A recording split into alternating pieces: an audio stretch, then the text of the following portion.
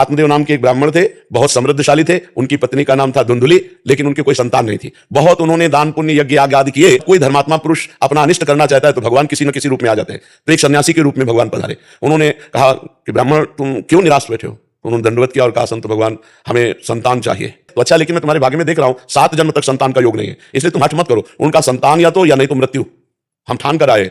तो उन्होंने अपने तप बल से एक फल प्रकट किया और कहा जाके अपनी पत्नी को खवा देना। तो उनकी बहन आई हुई थी, तो बहन से कहा कि पति ने दिया है कि फल खा लो तो संतान हो जाए। तो उनका गर्भ हमारे है और अभी इसी महीने में गर्भ हुआ है, तो तुम ये फल गाय को खवा दो और जो संतान होगी मैं तुम्हें दूंगी। तुम गर्भ का नाटक करो और तुम हमारे पति को कुछ धन दे देना, तो हम ये कह देंगे हमारी संतान मर गई और ऐसा हो गया। फल गाय को खवा दिया। देखो प्रारब्ध, संतान नहीं होनी ना तो नहीं होनी।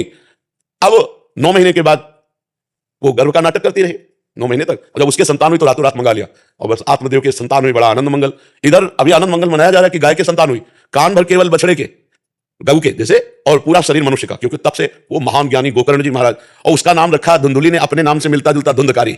अब वो जैसी जैसी अवस्था बढ़ी वैसे वैसे वो नीच आचरण करने वाला। छोटे बच्चे खेल रहे हैं, उठा के कुएं में डाल देना, फिर चोरी करना, व्यभिचार करना, और इतनी पिटाई की माता पिता दोनों की। तो माता तो पिटने के भय से ऊब करके कुएं में गिर के मर गई।